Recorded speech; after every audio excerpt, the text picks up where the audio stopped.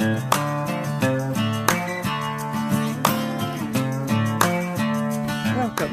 I'm Marna.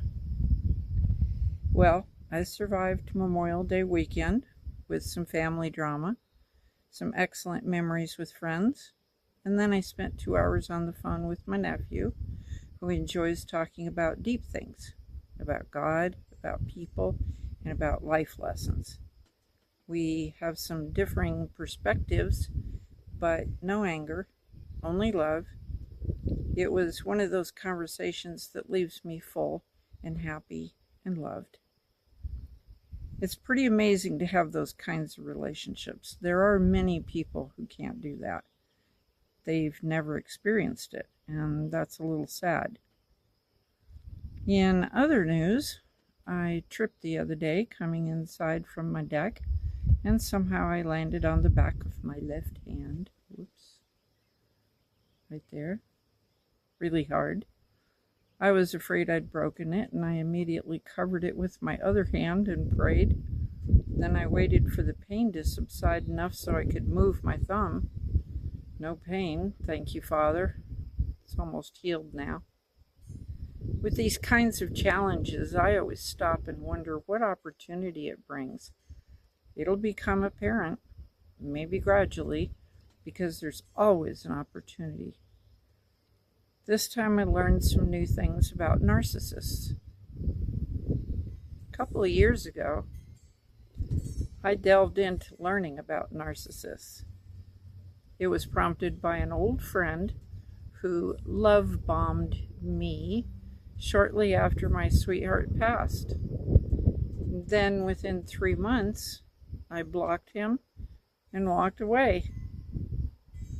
Something about him was very bizarre to me, and I needed to understand what it was.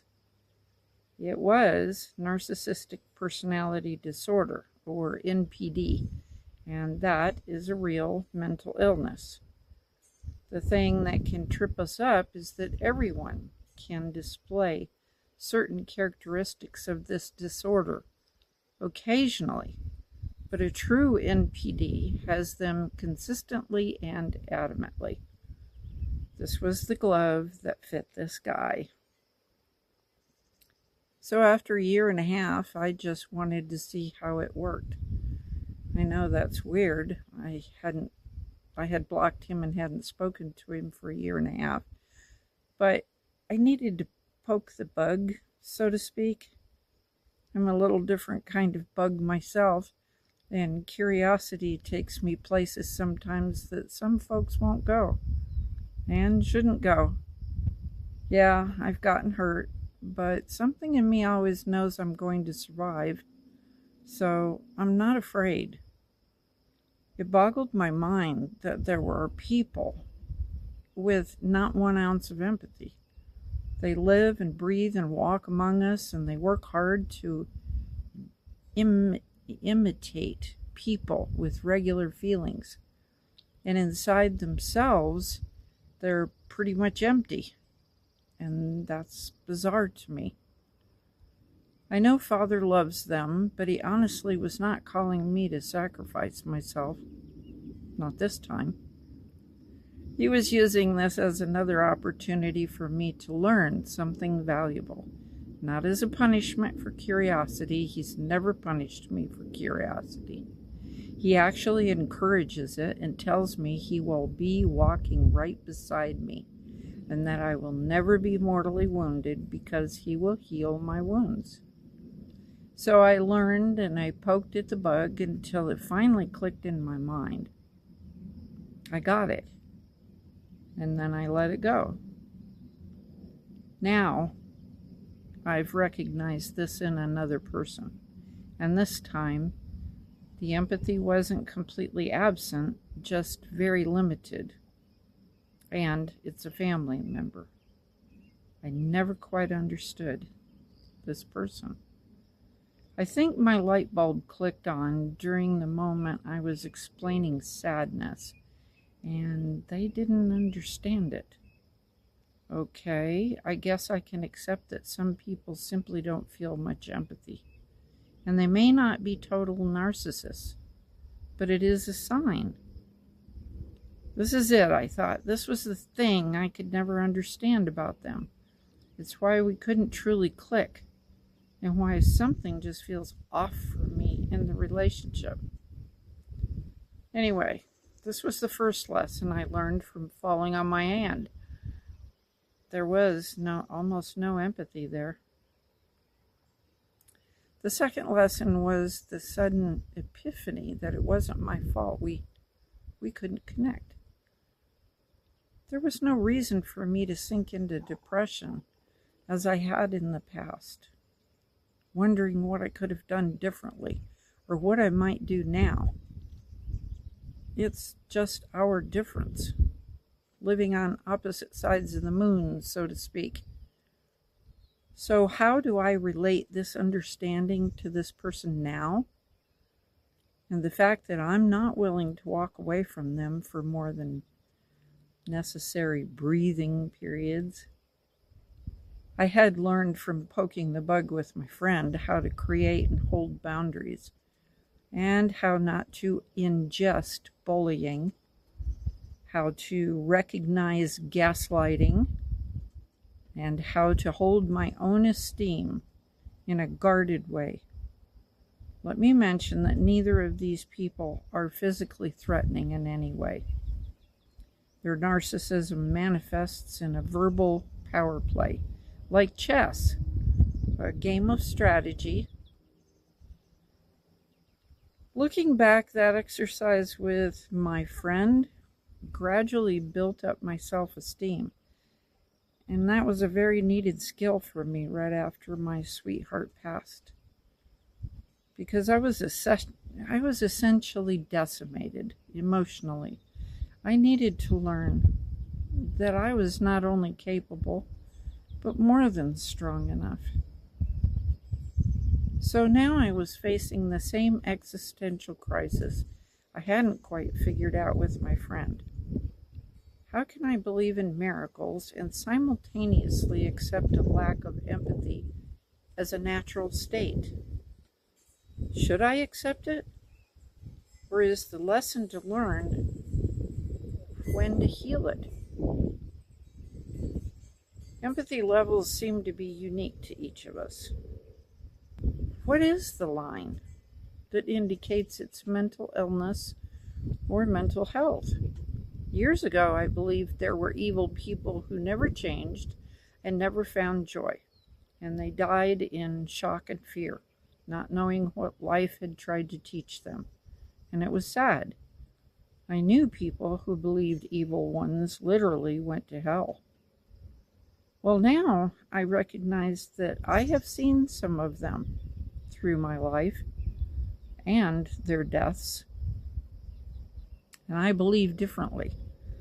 I am now convinced that when we go, we take whatever state of mind we carry at that time, whether joy or misery or whatever level in between.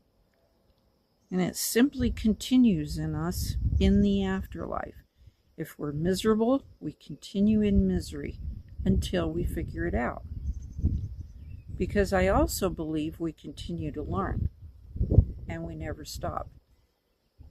I believe Father is available to all of us and loves all of us.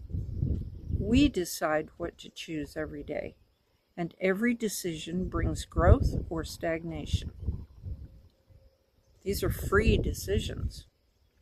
And sometimes after getting our fill of the same wrong decision, we try something new, a different decision, a new way that isn't familiar and can feel risky and scary. So do we all eventually reach a level of joy that could be called heaven or paradise? I believe it is the highest goal for all of us. I know it's not for me to figure out how to get someone else there.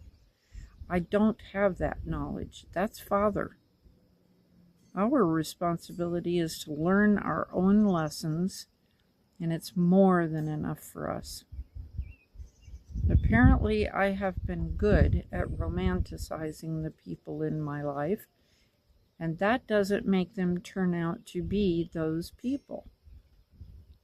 And now they are a mixture of what they've suffered going down their chosen road, and it's mixed up with the seeds of their possibilities. I did my best to understand them, given my knowledge at the time, so I now carry no guilt. What more could I do? I see them for who they are, with all their thorns and sharp edges, but also with the possibility of sweet generosity somewhere in their future. So I pray the best parts of them win sometime. There is always time to redeem those parts if they choose. In the meantime, there's nothing for me to do but send love with all its depth into the ether that connects us all, and hope it plucks at the threads of the best, and if it does, to tie a knot and hold on for dear life. We cannot change others. We usually cannot change ourselves. There may be something we can do from our kingdom within, but that's another story. Love doesn't always require that we talk. Sometimes it does miracles through the energy of love. So, I'll keep loving. And in the meantime, I'll also remember they have not arrived at paradise, so their thorns and sharp edges are still there. I won't stop listening to intuition's warnings, even as I send love. So, I love while I am alive to do it, and I am still alive. Heartache won't end me. I will continue to be as fully alive as Father has taught me to be. Thank you for listening to my story.